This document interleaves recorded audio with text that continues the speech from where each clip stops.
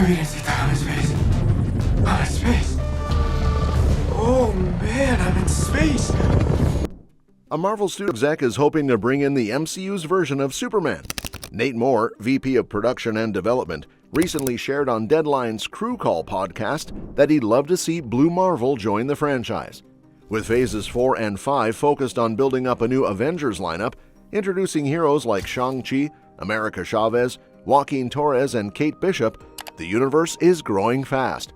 Still, there's room for another powerhouse.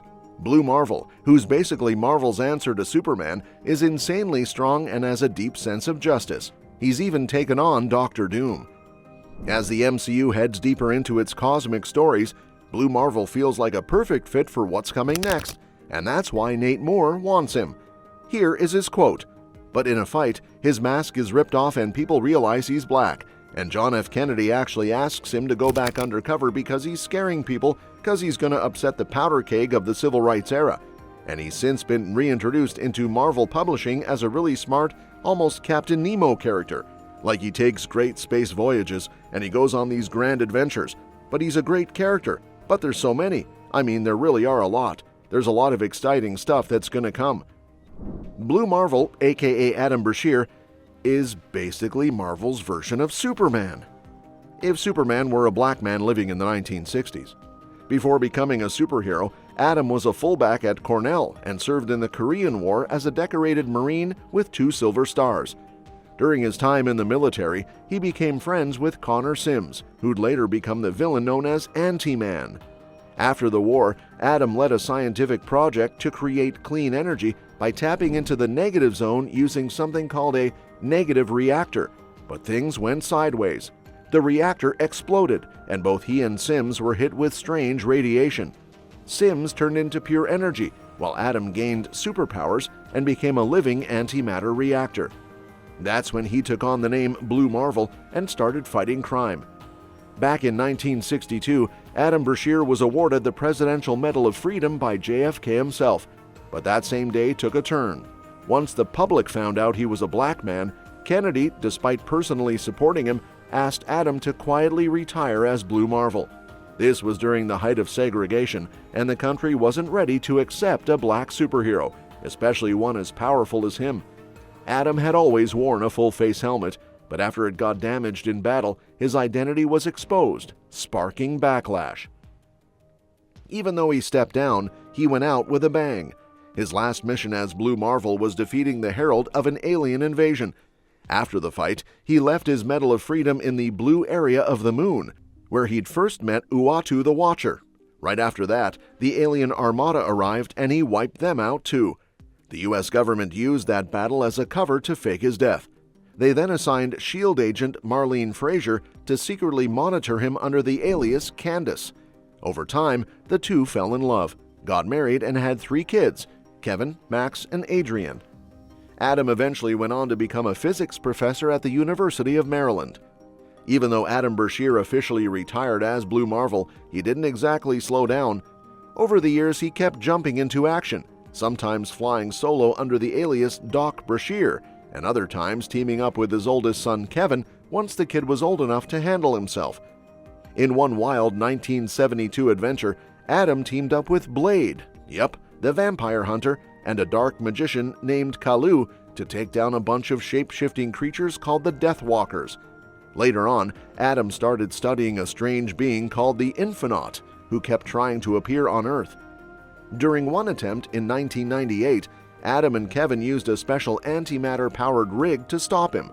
Good thing, too, since the Infonaut was so massive he would have crushed the planet just by showing up.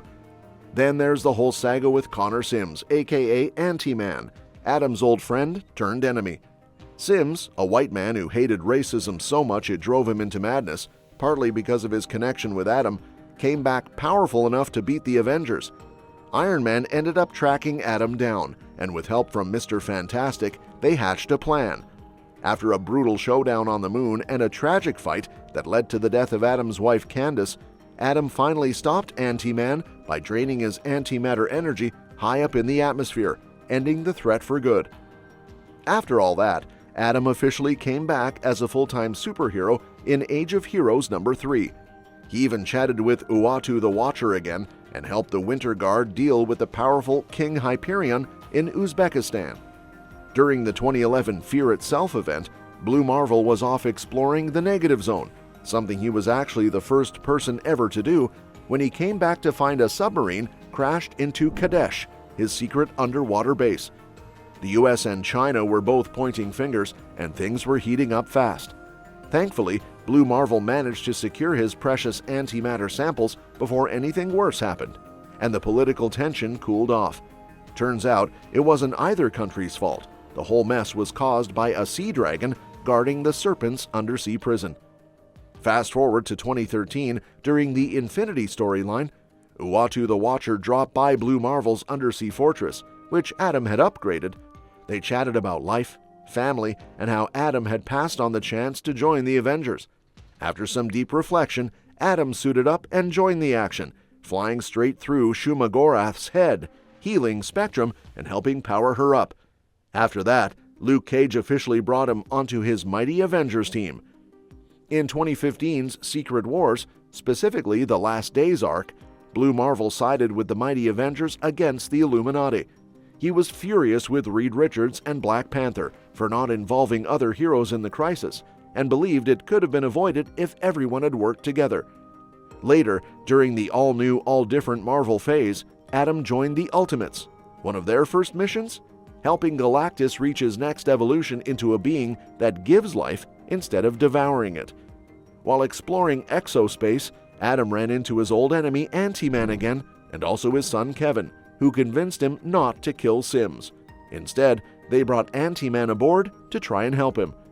So now that you got a feel for who Blue Marvel is, the big question is, who should play him? Honestly, Denzel Washington would be a killer choice. He's got that weight and presence of someone who's been through it all, and he can still bring the power and intensity you'd expect from a top-tier superhero.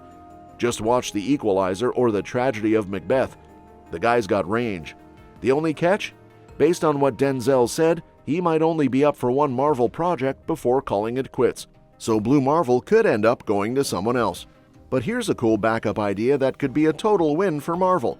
Denzel playing Azuri, the World War II era Black Panther. Well, that's it for today. Do you think John David Washington has what it takes to carry the Blue Marvel legacy into the future of the MCU? Drop your thoughts in the comments below. Don't forget to hit that subscribe button for more Marvel deep dives and updates on your favorite heroes and upcoming releases. We'll catch you in the next one.